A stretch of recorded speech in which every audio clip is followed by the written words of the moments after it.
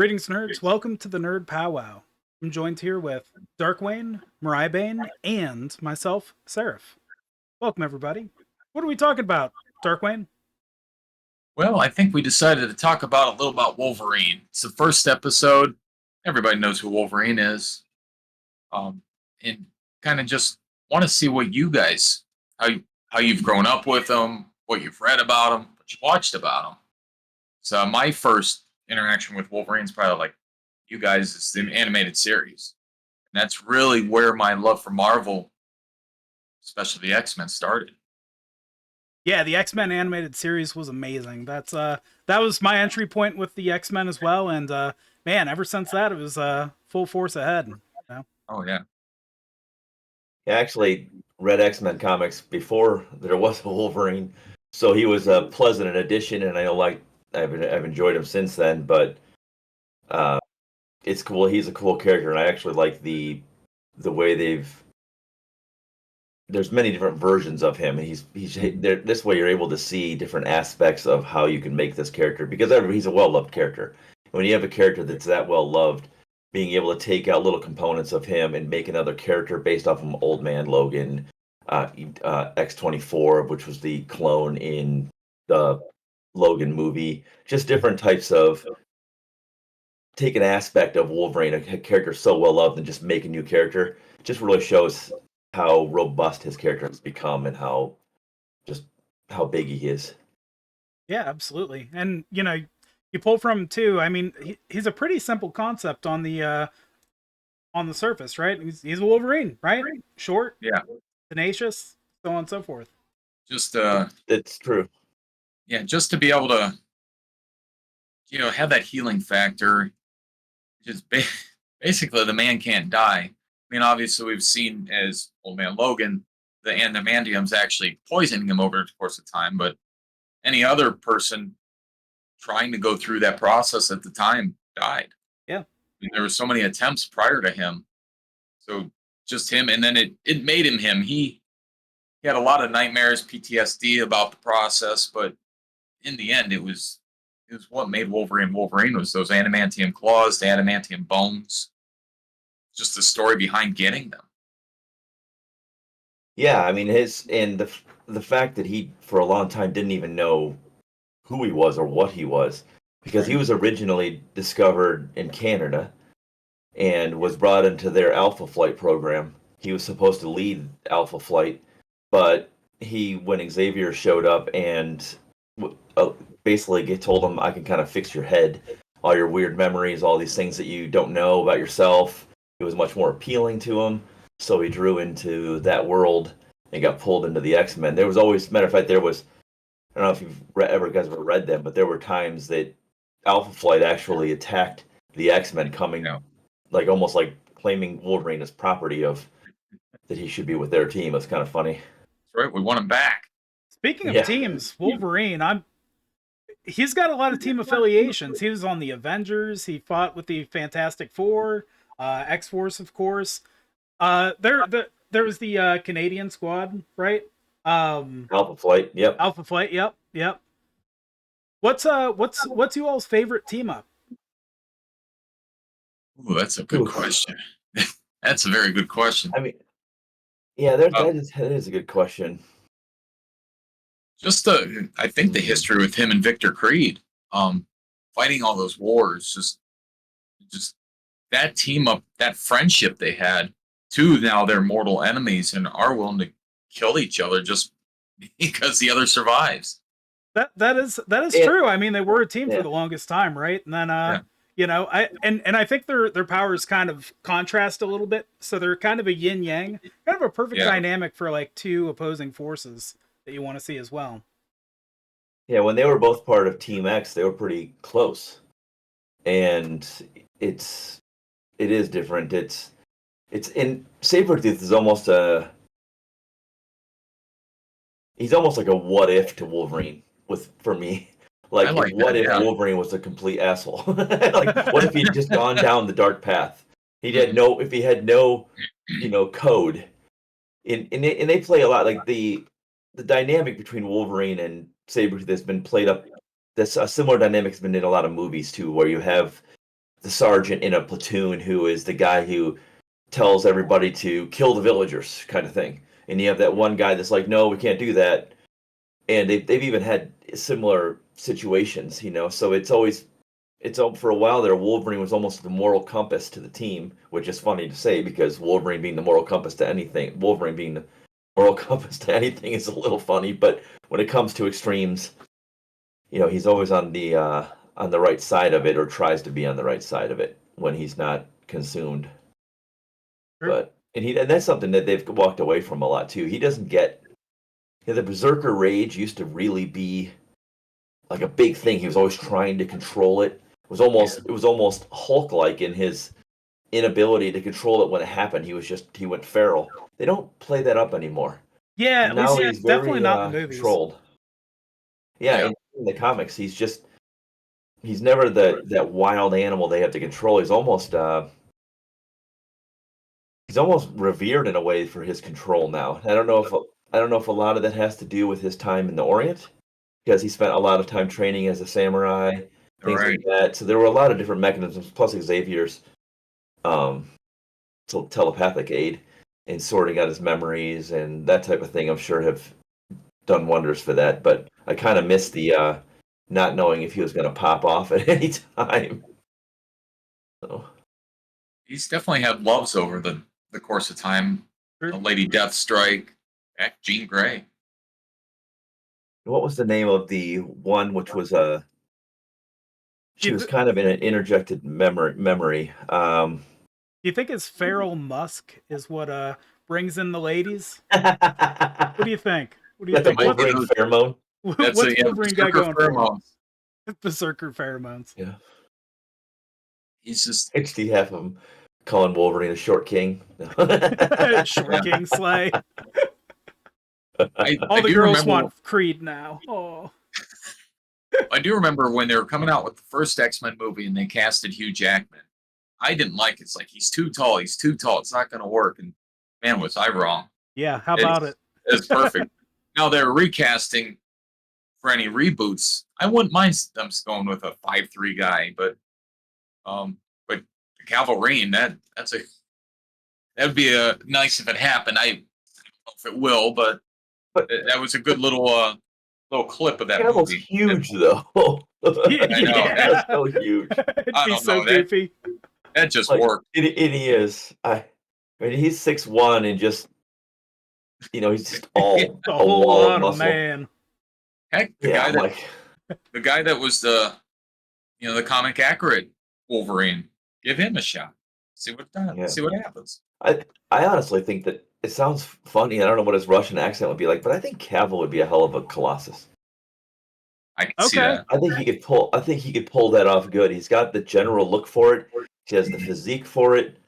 And he also has Cavill can I'm diverging into or tangenting over into Colossus a little bit, but Colossus is an emotional character. Yeah. He doesn't really have the drive to be the hero. He kind of just wants to be. He wants to be an artist. He wants to, be with do these other small things, and he's just always being forced back into the role. And I can see Cavill. I can see him pulling that off because he can pull off emotion like that. Yeah. Yeah, I want to see the Colossus. That'd be pretty sweet. The Colossus. Yeah, I like that. Colossus. Yeah. Yeah. No. I'm gonna hashtag that. That's a good point too. I like how I do like how he's typically drawn in by external factors instead of being directly involved. Yeah. I remember the animated series seeing Colossus and he's just yelling Ilyana the entire time. It got ridiculous at a point, but no, absolutely. He befriended Jubilee and is chasing Jubilee around, and he's just a protector of those young kids. He's just a big dumb, a big goofy, lovable character. Yeah, he's not. That's all he ever wanted to be. He doesn't. He's a rather simple character. And I don't mean a character in the story. I mean I don't think he's necessarily not intelligent. He wants a simple life. He just wants things to be simple. When they get complicated, he's just begrudgingly a part of it. You know what else Colossus wants to do? He wants to pick up Wolverine and throw him. Oh yeah, He does. That is He my does. favorite part about Wolverine team-ups, is how they Did use you- his abilities. I did Just too. throw 'em. This throw, I mean, this way. But I'll tell you, my favorite combination with Colossus was actually Shadowcat in the Age of Apocalypse. Shadowcat and Wolverine or Shadowcat and Colossus are together. They're a couple in that, and they're training mutants to fight. And when they're fighting, she hides inside of his body. So he's in there battling about, that's and she cool. just comes out of her body with the sword, or she affects someone and then goes back inside of him. She comes out the back. It's she can just be completely that is pretty encased. sweet. And it was cool just to see her hand come out and do something.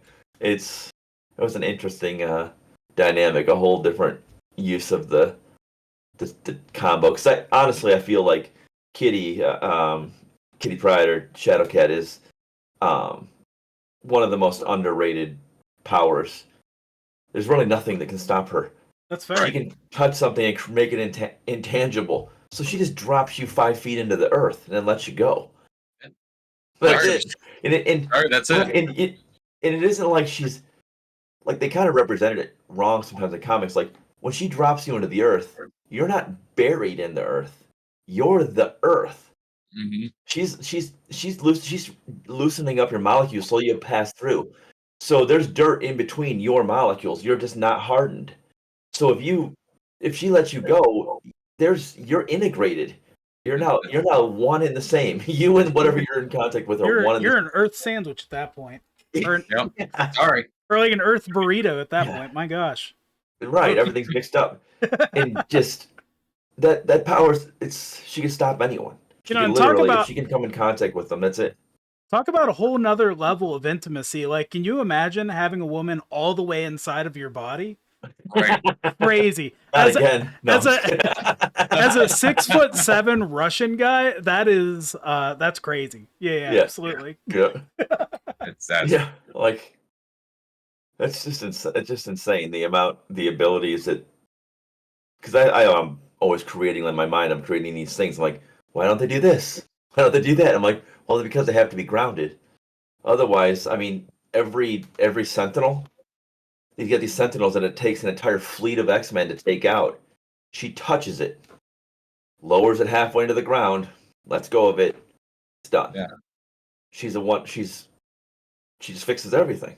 I can see the Deadpool comic where they have every single character where they just cheese their ability, and it's just they're like 20 panels of this happening. It's Shadowcat just pushing people into the ground, just Right. go down.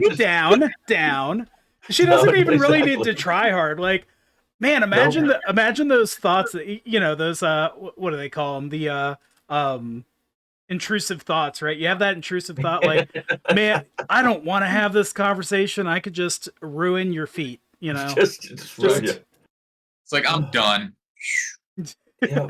I mean, and there's all kinds of things because they've shown that she can let go of something and it will become tangible while she maintains intangibility.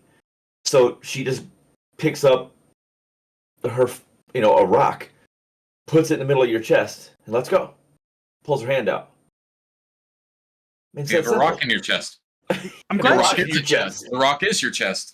I'm glad I'm she's a like- good guy. Glad she's a Yeah. good guy. Because Yeah. imagine somebody torturing somebody having that ability, like, shit. just slowly grinding you down into your, oh, you lost your feet. Do you want to go to the ankles? Yeah. And the nerves are still going to be. Yeah, it'd be excruciating. Excruciating. Like I said, they play her off. I mean, her original name in the comics was Sprite. She was this she was the youngest X-Man. She was like 14 when they brought her on the team, and she was just like happy-go-lucky, whatever. I'm like, she's terrifying, is what she is. She's terrifying. So like, oof. Because take like the Vision, who's got intangibility things. I don't believe that the Vision can make other things intangible. Just He can only make I himself believe. intangible. Because he's controlling his body density. He can make himself more dense or intangible, so he can make himself harder to withstand damage or just have the damage pass through him.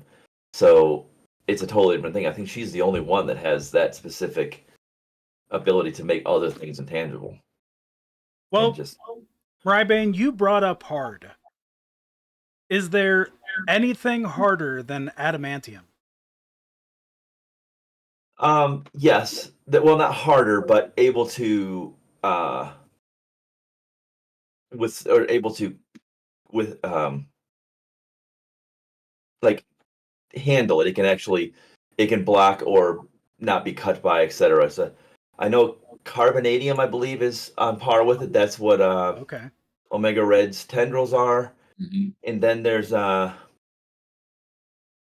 what's the mutant stone? Hold on a second. Yeah, because even the Omega Red's body, I mean, Wolverine can't cut through that either. True. Omega Red's sweet. We'll have to Oh, talk about yeah. him one episode. For sure. Yeah, Yeah. I'd like to even research him a little more because just what I know about him is amazing. But he's got a deep history, and Yeah. I mean, is he still at the I think bottom of the vibranium. ocean in that sub? Yep, vibranium, obviously. Oh, vibranium, yeah. True. Yeah. So vibranium, but there's another metal, and I'm trying to remember what it was. No, that's not right. That's I'm getting into Uru, which is what Thor's hammer's made out of. Okay. That's what Mjolnir's made out of, is Uru. That is another amazing item. It's a stone, but it's crafted into weapons, etc. So there's a few out there that can handle the adamantium. Couple metals can And stand fight it. toe to toe with the Wolverine. Yeah, like I said, Captain America's shield has blocked Wolverine's claws on multiple occasions, but he's not damaging the claws either. So Every time Magneto, Yeah. I see Magneto pull that adamantium out, it gives me chills. Oof. Especially X-Men '97. Like, Oh yeah. Oh. and I've seen it before. I've read the comics with it. I've seen it, but it's like, man, it's I don't know. It's horrible. I feel literally so told bad people they for were him. going to do that. Yeah. I literally told people they were going to do that, and people were like, "No, that's too much for like." They won't do that in a cartoon. They won't do that on live action. I'm telling them they're going to rip his bones out, and they did. And I was like, "Told you guys it was going to happen." Well, I episode knew that 5. was going to happen. Episode 5 in Genosha, that one Yeah. stuck with me. It still sticks with me. I'm like, they really Yep. do that? Wait, he's coming back, right? He's coming back, right? Yeah, No, that was so sad. Yeah, He's coming back, right? He's coming back. Oh, he's fine. merely a flesh wound. But oh, yeah, that X-Men '97 was very well done. I can't wait for Yeah. season 2. and I think the best thing they did with that is they remembered. They didn't bring it back for today's kids. What they did is they made a sequel for people that were a certain age when they watched Yeah. the first X-Men. They're like that was their target audience. The target audience was the audience that fell in love with it back then. They kept that audience, so it allowed for the new ones to have a maturity, because the original ones were good, but they didn't have the level of Oh no, not at all. maturity and everything else that these ones have.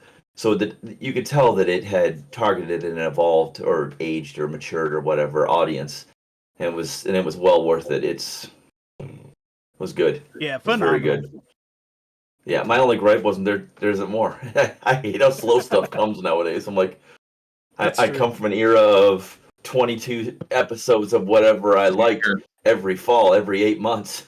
Now it's like 10 episodes every couple of years. I'm like this is almost painful. Yeah. Yep, the wait is real. Yeah, it's painful. So, as far as team ups go, I have to say Wolverine and Wade Wilson, Deadpool worked and very well. Wolverine, always love to see the team up. Yeah. Of course the movie was amazing. Oh yeah, movie. Well, absolutely. Um, Yeah, just- it's go ahead. The contrast to the two characters, it just was perfect. I mean, they took a break to fight each other, even though neither of them really could die. They're just going to Right. fight. They're going to tire each other out. It's much like the Hulk and Wolverine. Yeah, But like I mean that was actually the first appearance. The first appearance of Wolverine was fighting the Hulk. Yep. And I mean, just he's cutting chunks out of the Hulk. Hulk's regenerating. Hulk's smashing him. He's regenerating. It's really just kind of We're just gonna do this whatever. forever. Although there was a much more recent comic where the Hulk tore Wolverine in half, which was a pretty graphic scene. Literally just pulled him Pretty in half. gnarly. Just just it's a little rough.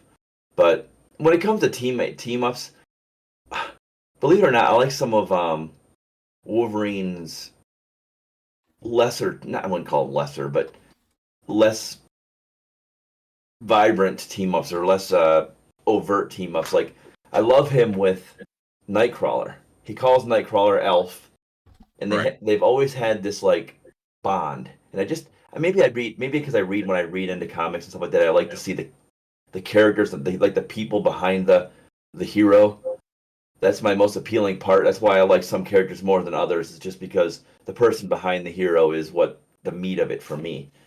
And he always had a soft spot for Nightcrawler and vice versa. So the two of them, they would go, and they're very contrasty characters. Nightcrawler tends to be kind of shy. He's always a little nervous about his appearance. That's why he uses the image inducer so that he doesn't appear as himself.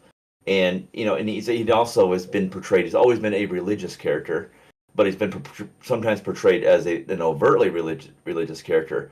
And Wolverine has not. So the two of them sitting in a pub having drinks and having an adventure. I always liked those two together. Yeah. And then when after the X-Men, I don't know if you guys remember this for a while, but the X-Men at one point in time went through something called the Siege Perilous. It looked like they sacrificed themselves to stop what was going on at the time, but they didn't really die. The whole world believed the X-Men to be dead.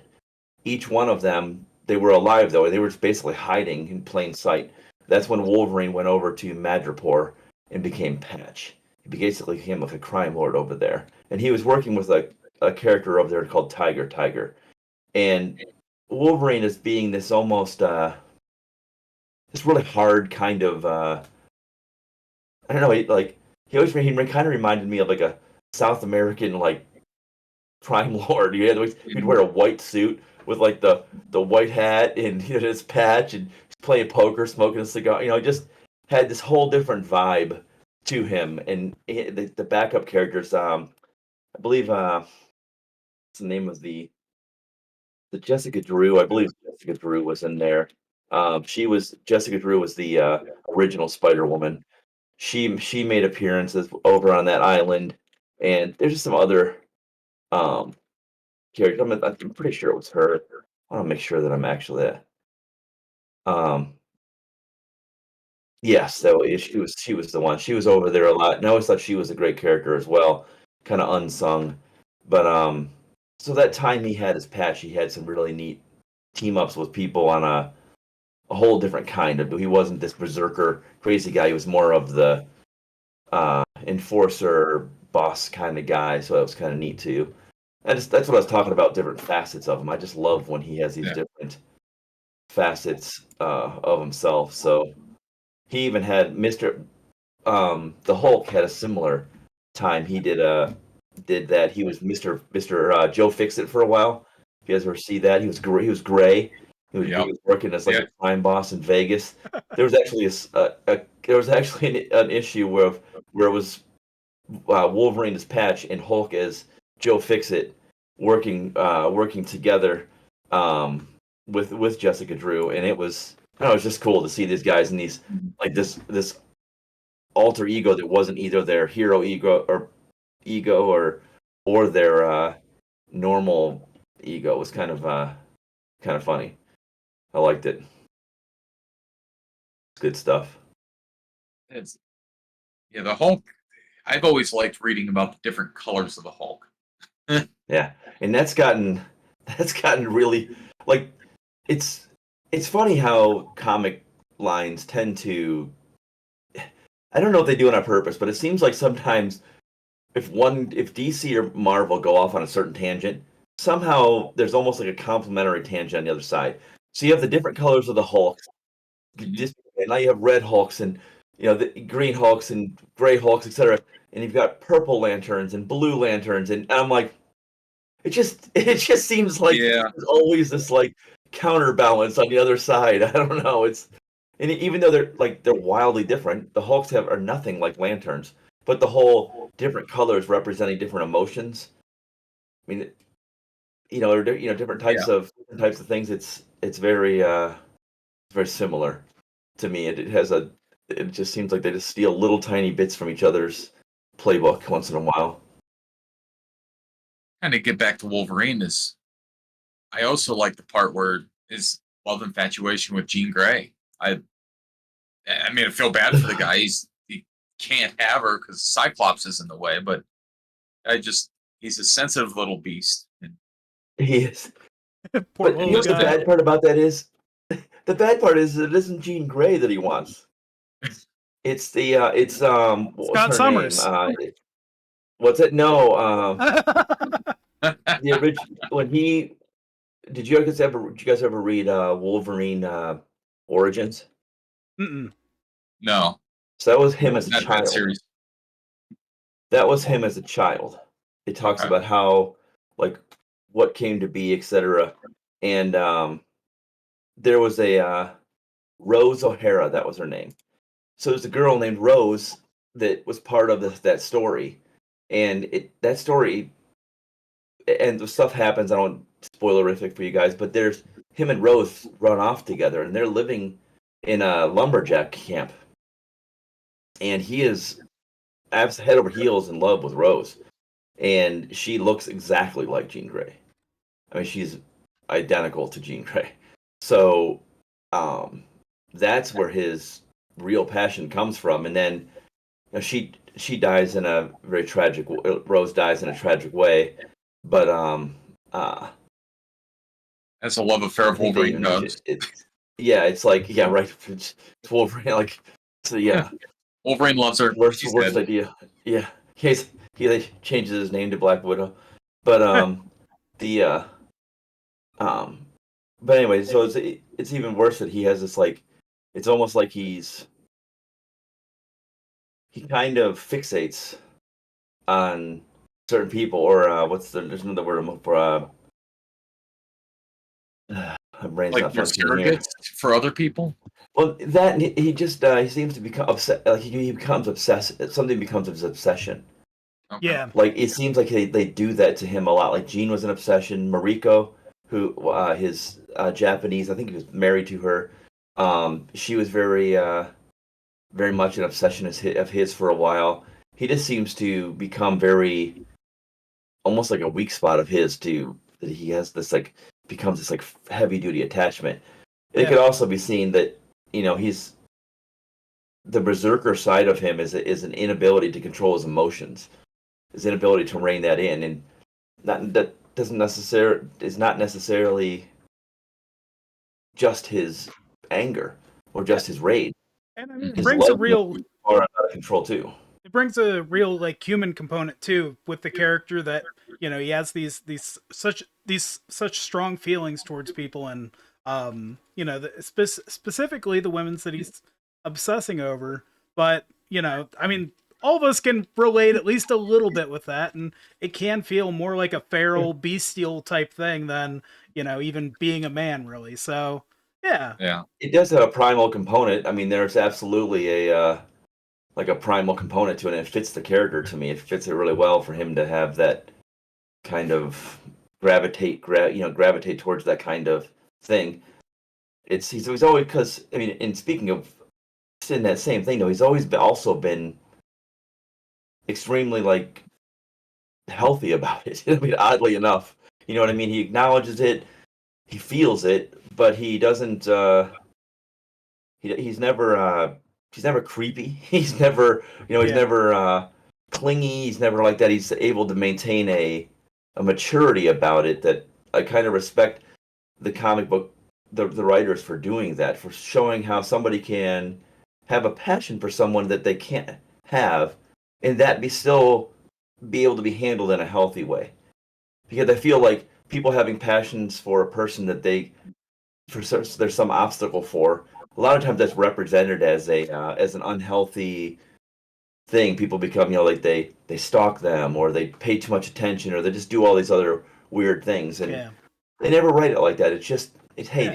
this guy just came at the wrong time. Wolverine's just completely unreasonable about everything else.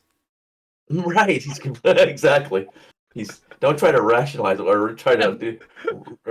No, I mean that's the With thing, them, right? but That's the only place he holds it all in there, and everything else it just goes to shit. it does. Ain't that It the really truth? Yeah, right. does. Poor guy. Poor guy. Funny. But now and then every time I turn around, I feel like they're pulling a new child out of the blue for him too, because he has there's multiple children. He's got Right. Dakin, although I think Dakin goes by Akiro now. X-23, who's a clone. But then he's got these otherworldly people. One of them's James Hudson, Jimmy Hudson, who showed up while Wolverine was dead. I don't know if you guys read those ones where Wolverine died. He was encased in adamantium. He actually was fully encased in liquid adamantium and it hardened around him. So he was dead in the comics for a long time. That's when they brought Old Man Logan over to the 616 for a while. Jimmy Hudson was showing up. They did more with X-23. But it just seems like every time I turn around, there's a child of Wolverine showing up. Well, he's got to have a litter, right? He lived that long, and you've had that many love interests, as we were saying. Yeah. There's so. Yeah, Yeah, this he's is interesting. 100 years old. So, if you could get Yeah. one aspect or one power from Wolverine, which one would you pick? Oh, healing factor all day. Yeah, I would say the healing factor because To me, it's anything like a else- no-brainer. yeah, All right, so if we detach the extended longevity from the healing factors, it's still the same answer. I would say yes. Normal Yeah, life, because but I really healing have a factor. time. Okay. I don't Yeah, know. 'cause, I think the I mean, extended longevity would be good. I mean, technically, then you wouldn't age as fast. So I don't know.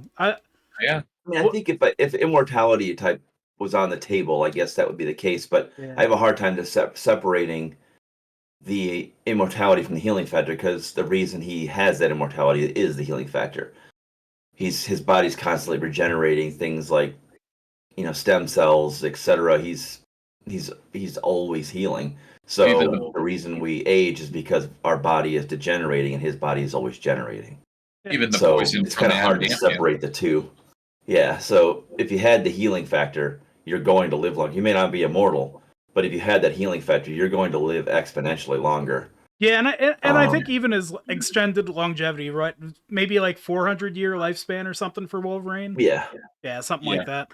I don't know if I think those separate. I would probably pick the longevity, but like if you got like the increased like stats, like his strength and stamina and all that stuff, that might be good too. I mean, maybe not the healing factor, but having all the stats of Wolverine would be pretty sweet.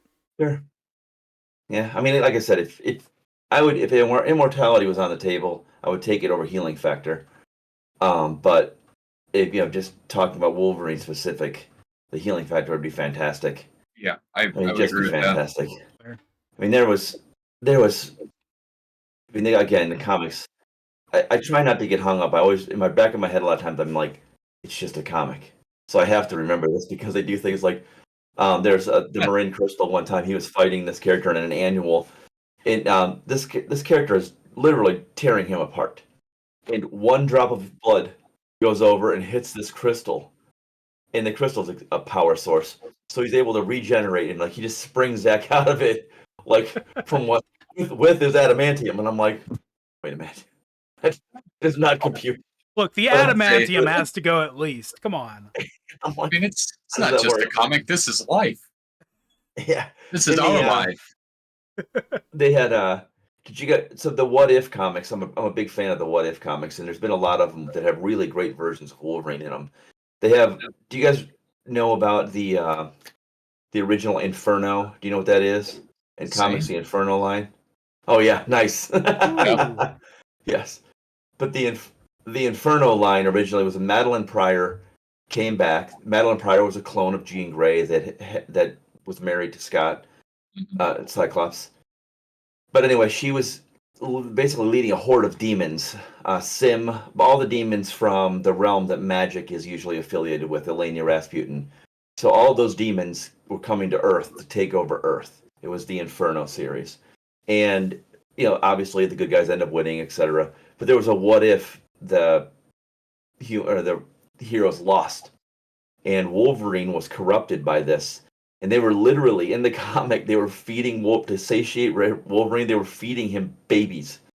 Oof. So, literally, giving an infant to Wolverine to consume. Oh, And and at one point in time, to stop him, a lot of the magic users were still on the good side. And even some of the evil or villain magic users had now joined the humans to try to survive. And they basically burn all of Wolverine. They just burn everything off of him, and so there's just an adamantium skeleton laying there on the ground. And I forget who it was, but somebody animated it. He used magic to animate it, and so there was just Wolverine's skeleton running around wreaking havoc. So the guy, I don't know, it was a really, really cool bit in that comic. Wolverine was pretty great. I like to see Wolverine's skeleton moving around in Deadpool versus Wolverine too. That was a perfect intro. It sure was. Oh my gosh.